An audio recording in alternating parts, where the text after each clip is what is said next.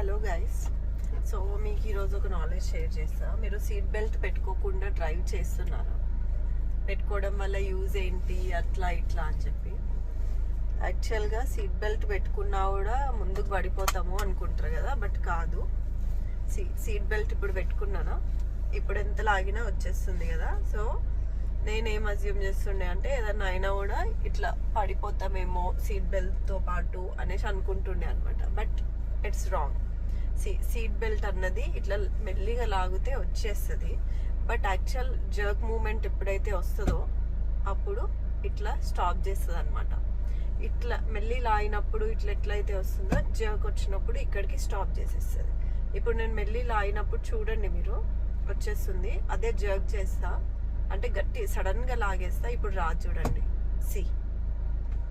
It's not coming till here, I'm stopping till here.